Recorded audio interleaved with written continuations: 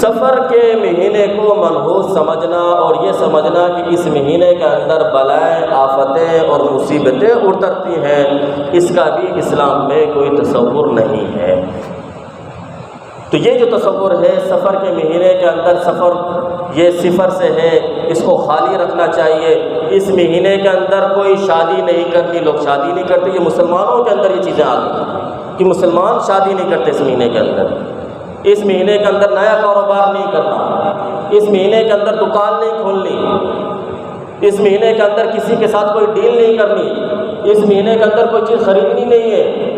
اس مہینے کے اندر جو ہے اگر بیٹی گھر کے اندر جو ہے میکے ملنے کے لیے آئی تو اس کو اس مہینے میں واپس جانے نہیں دیتے کہ اگر واپس چلی گئی اسی مہینے کے اندر تو یہ سفر اس کے لیے صفر بن جائے گا، کہ مطلب یہ ہے کہ شادی اس کی ٹوٹ جائے گی۔ یہ سارے جتنی بھی جو ہے تصورات یہ اسلامی نہیں ہیں۔ آپ صلی اللہ علیہ وسلم نے فرمایا لا سفر، سفر کی کوئی حقیقت نہیں ہے۔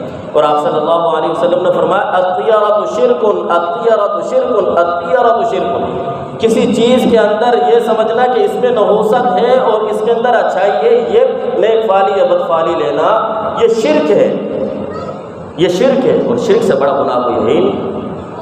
کیا آپ گھر سے باہر نکلے کسی چیز کو دیکھ کر پھر واپس آ کر گھر میں بیٹھ گئے، پتہ نہیں وہ سامنے جو ہے بلی گزر رہی تھی، بلی کو دیکھ کر واپس آ گئے، کیا ہوا بھائی کیوں نہیں گئے آپ کام پر؟ وہ جو سامنے سے بلی گزر گئی۔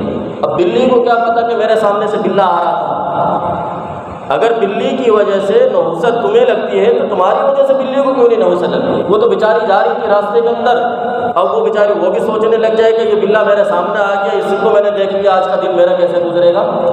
تو فرمایا کہ کوئی اگر باہر نکلا اور اس وجہ سے کہ کسی کو دیکھنے کی وجہ سے کہ اس کی وجہ سے اب جو ہے میرا پورا دن منحوس گزرے گا، آپ صلی اللہ علیہ وسلم نے فرمایا کہ اس نے گویا کہ شرک کیا ہے، اس نے شرک کیا ہے۔ بڑی سختی کے ساتھ آپ صلی اللہ علیہ وسلم نے اس کی تردید فرمائی ہے۔